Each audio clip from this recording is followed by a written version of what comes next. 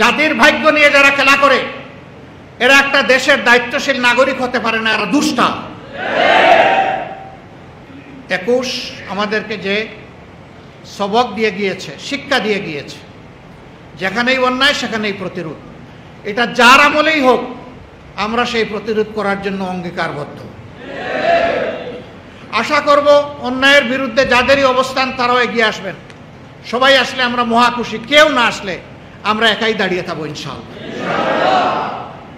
আমরা রাষ্ট্রে কোনো বিশৃঙ্খলা সৃষ্টি করতে চাই না, কিন্তু আমাদের সাথে কেউ যদি খেলেন তাহলে আমরা কারো দাবার গুটি হব না।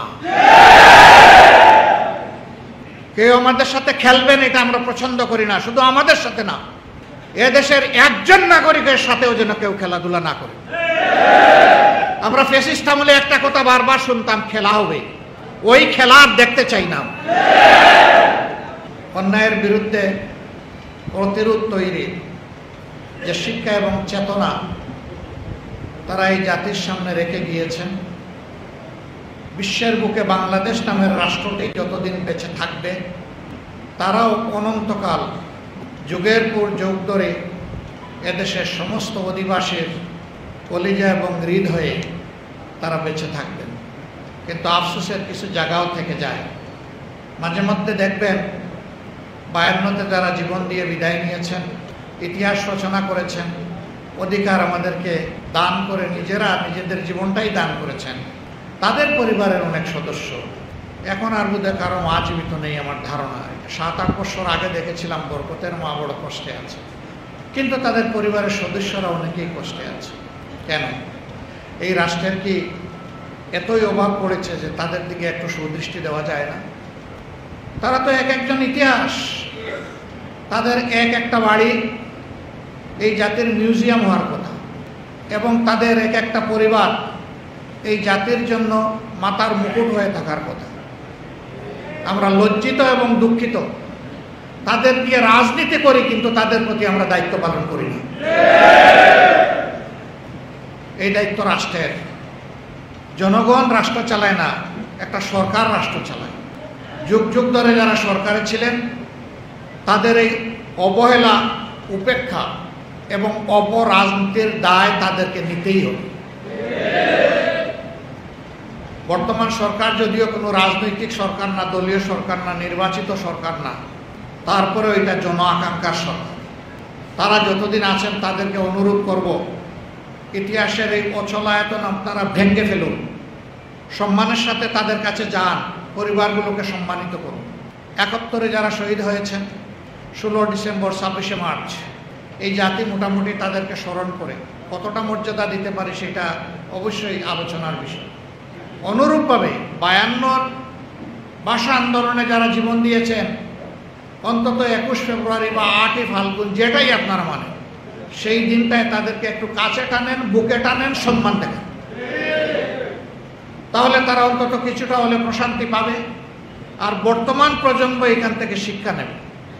আফসোস, ইতিহাসের নায়কদেরকে সম্মান দিতে পারি না, উল্টা আমরা ইতিহাস বিকৃত করি। কিন্তু সেই ইতিহাসই আবার বড় নির্মম, এই ইতিহাস কাউকে ছাড় দেয় না।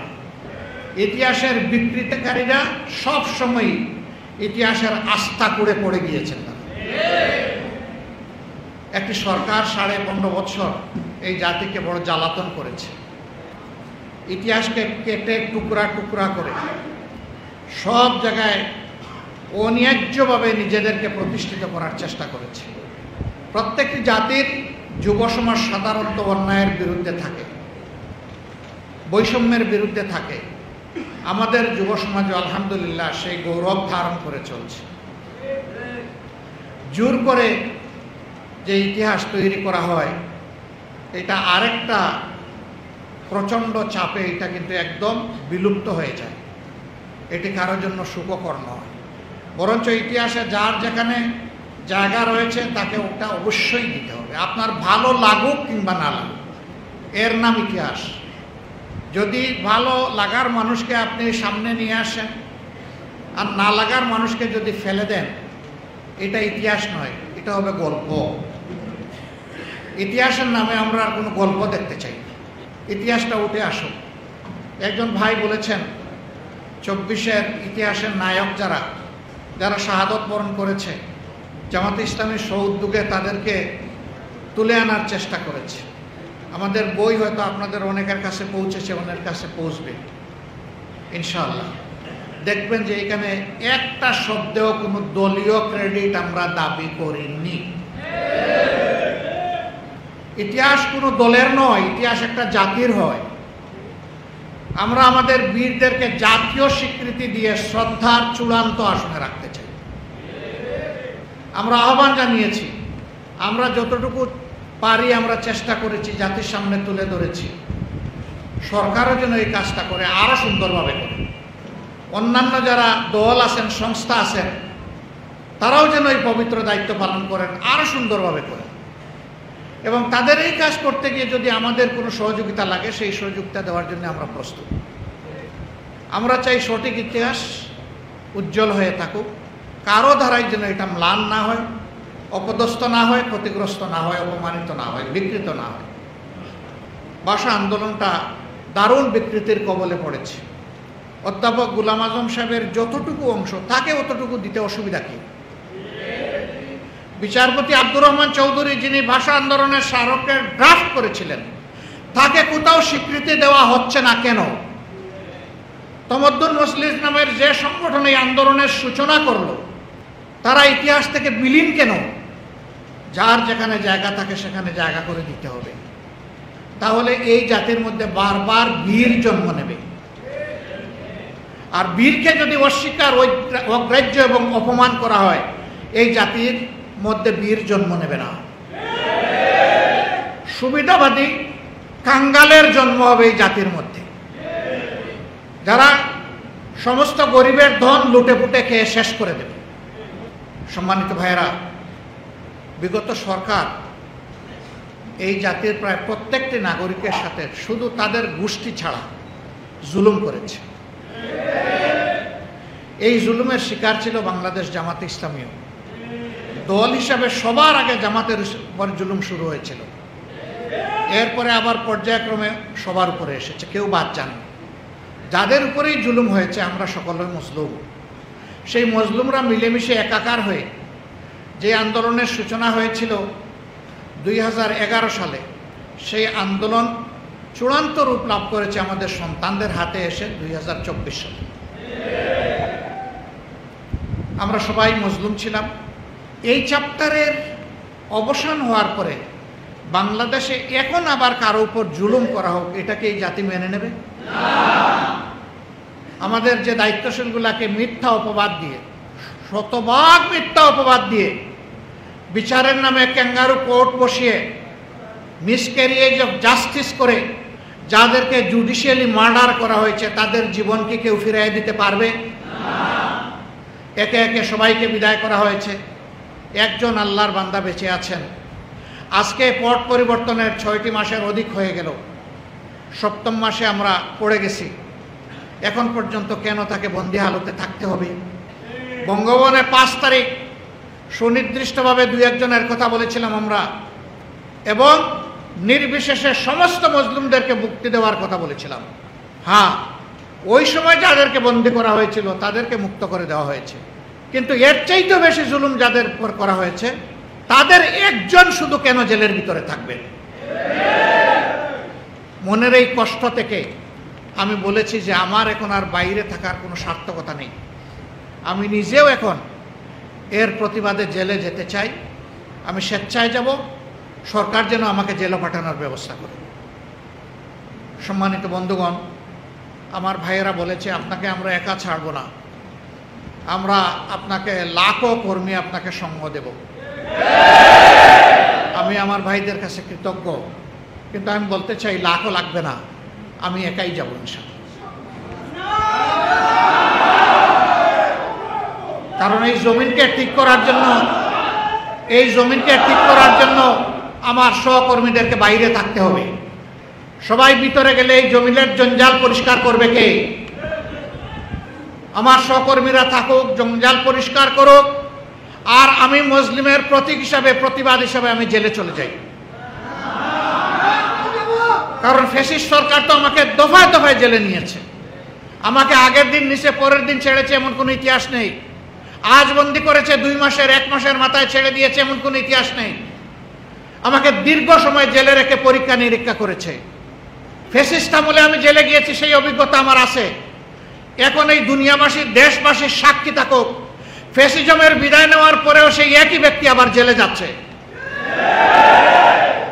আমার সম্মানিত ভাইয়েরা, হ্যাঁ, ইতিমধ্যে বিভিন্ন মহল থেকে আমাকে অনুরোধ করা হয়েছে যে অনেক ধৈর্য ধরেছেন, আরো একটু অল্প ধৈর্য ধরুন। আমরা রাষ্ট্রে কোনো বিশৃঙ্খলা সৃষ্টি করতে চাই না, কিন্তু আমাদের সাথে কেউ যদি খেলেন তাহলে আমরা কারো দাবার ঘুঁটি হব না। কেউ আমাদের সাথে খেলবেন এটা আমরা পছন্দ করি না, শুধু আমাদের সাথে না, এদেশের একজন নাগরিকের সাথেও যেন কেউ খেলাধুলা না করে। আমরা ফ্যাসিস্ট আমলে একটা কথা বারবার শুনতাম, খেলা হবে, ওই খেলা আর দেখতে চাই না। জাতির ভাগ্য নিয়ে যারা খেলা করে এরা একটা দেশের দায়িত্বশীল নাগরিক হতে পারে না, এরা দুষ্টা। 21 আমাদেরকে যে সবক দিয়ে গিয়েছে, শিক্ষা দিয়ে গিয়েছে, যেখানেই অন্যায় সেখানেই প্রতিরোধ। এটা যার আমলেই হোক আমরা সেই প্রতিরোধ করার জন্য অঙ্গীকারবদ্ধ। আশা করব অন্যায়ের বিরুদ্ধে যাদেরই অবস্থান তারাও এগিয়ে আসবেন। সবাই আসলে আমরা মহা খুশি, কেউ না আসলে আমরা একাই দাঁড়িয়ে থাকবো ইনশাআল্লাহ। বাংলাদেশ ফ্যাসিবাদীদেরকে তাড়িয়েছে, কিন্তু আমরা ফ্যাসিবাদের জ্বালা থেকে এখন মুক্ত হতে পারি নাই। যে সমস্ত অপকর্ম করত ফ্যাসিবাদীরা, সেই অপকর্ম যদি আমিও করি তাইলে আমিও একজন ফ্যাসিবাদী।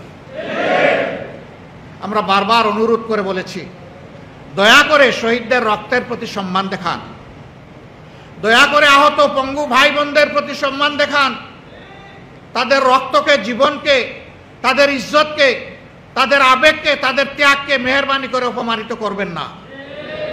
কিন্তু আমরা দেখছি কতিপয় কাজ এখনো বন্ধ হচ্ছে না। আমরা দেশবাসীকে আহ্বান জানাবো, আমরা বারবার আহ্বান জানিয়ে যাচ্ছি, কিন্তু এই আহ্বান আমরা কিয়ামত পর্যন্ত জানাবো না। কারণ এই জুলুমটা সারা জাতির উপর হচ্ছে। ঘাটে ঘাটে যে চাঁদাবাজি হয়, এর কারণে প্রত্যেকটা দ্রব্যের মূল্য বহুগুণ বেড়ে যায়।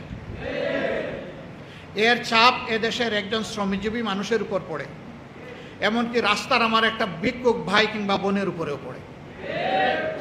তাহলে তো আমরা সকলেই ক্ষতিগ্রস্ত। আমরা কেন ওই অন্যায়কে প্রশ্রয় দেব? কেন আমরা নীরবে সহ্য করব? কাজেই এই ব্যাপারে আমাদেরকে সামাজিক প্রতিরোধ গড়ে তুলতে হবে ইনশাআল্লাহ। তার আগে আমি সকল মহলকে, আমি কোনো দল, কোনো গোষ্ঠী, কোনো ব্যক্তিকে এই কথা বলছি না, এই কাজে যারাই আছেন তাদের কোনো দলও দেখতে চাই না, কোনো গোষ্ঠীও দেখতে চাই না। বিনয়ের সাথে বলি যে এই কাজ বন্ধ করুন, জাতিকে স্বস্তির সাথে বাঁচতে দিন, সামনে এগিয়ে যেতে দিন। আবার যেন ফ্যাসিবাদের নতুন ধারা অধ্যায় তৈরি না হয়, তার থেকে ফিরে আসুন। ফিরে না আসলে ভাই আমাদের লড়াই অব্যাহত থাকবে ইনশাআল্লাহ। আমরা এই লড়াই বাদ দেব না। আমরা অবিরাম চলা সৈনিক। আমি দুনিয়া থেকে চলে যেতে পারি, কিন্তু এই কাফেলা, ন্যায়ের এই কাফেলা থাকবে ইনশাআল্লাহ। আমাদের নেতৃবৃন্দকে এইভাবে বোধহয় নির্মমভাবে হত্যা করা হতো না, আল্লাহ ভালো জানেন। অবশ্য হায়াত যে যতটুকু নিয়ে আসে যতটুকু, রিজেক্ট যার যতটুকু অ্যালটেড অতটুকু, এটা বাড়বে না, কমবে না। কিন্তু কারো কারো আমরা আক্রোশের শিকার হয়েছিলাম। আমাদের ঘাড় নরম করার চেষ্টা করা হয়েছে, আমাদের মাথা নত করানোর চেষ্টা করা হয়েছে। মহান আল্লাহ আমাদেরকে সাহায্য করেছেন। আমাদের নেতৃবৃন্দ হাসতে হাসতে ফাঁসির তক্তার উপরে দাঁড়িয়েছেন, কিন্তু আল্লাহ ছাড়া কারো কাছে মাথা নত করেন নাই। এটি আমাদের সবক, এটি মুমিনদের সবক। তাদের এই শিক্ষা আমরা বুকে শ্রদ্ধার সাথে ধারণ করি। মাথা উঁচু করে তারা জীবন দিয়ে হলেও লড়াই করতে হবে, এই শিক্ষা আমাদেরকে দিয়েছেন। আমরা 21-এ আজকে আবার নতুন করে অঙ্গীকার নিচ্ছি, আমরা ইনশাআল্লাহ ন্যায়ের উপর অন্যায়ের বিরুদ্ধে আমাদের এই লড়াই মাথা উঁচু করে আল্লাহর সাহায্য নিয়ে অব্যাহত থাকবে। আগামী দিনের একটি মানবিক কল্যাণ রাষ্ট্র গড়ার জন্য আল্লাহর দ্বীন এবং কোরআনের ভিত্তিতে, যা আল্লাহর দেওয়া সনদ এবং বিধান, এর ভিত্তিতে দল, ধর্ম, জাতি, বর্ণ নির্বিশেষে আমরা সকলের সহযোগিতা চাই, দোয়া চাই, ভালোবাসা চাই, সমালোচনাও চাই। ভুল করলে অবশ্যই সমালোচনা করবেন, ধরে দেবেন। তবে হ্যাঁ, জোর করে আমাদের নামে কোনো ভুল কেউ তৈরি করলে সেটা আমরা মানব না। আমরা যেটা বলি না, যেটা করি না, সেটা যদি আমাদের নামে চালান দেওয়া হয় তাহলে ওর প্রতিবাদ করা আমাদের দায়িত্ব হবে। আমাদেরকে আপনার ভাষায় সমালোচনা করুন, কোনো সমস্যা নাই, কিন্তু বিষয়ের সত্যতা থাকতে হবে, যথার্থতা থাকতে হবে, তবেই আপনি বড় ধরনের সাহায্য করবেন আমাদেরকে। আমরা সেই সাহায্য আপনাদের কাছ থেকে চাই। আজকের এই আয়োজন তখনই সার্থক হবে যদি সত্যি অন্যায়ের বিরুদ্ধে মাথা উঁচু করে এই জাতি সামনে এগিয়ে চলার অঙ্গীকার নিতে পারে, তাহলে এই আলোচনা সার্থক, এই দিবস পালন সার্থক। না হলে যত আয়োজন যত দিক থেকে করা হয়েছে এগুলা শুধুই লৌকিকতা মাত্র। আসল লৌকিকতায় নয়, বাস্তবতায় আমরা ফিরে যাই। আল্লাহ তাআলা এই অঙ্গীকার নেওয়ার তৌফিক আমাদেরকে দান করুন। আপনাদের সকলকে আন্তরিক অভিনন্দন, গভীর কৃতজ্ঞতা জানিয়ে আমার বক্তব্য এখানেই শেষ করছি। আল্লাহ হাফিজ। বাংলাদেশ জিন্দাবাদ, বাংলাদেশ জামাত ইসলামী জিন্দাবাদ। আসসালামু আলাইকুম ওয়া রাহমাতুল্লাহ।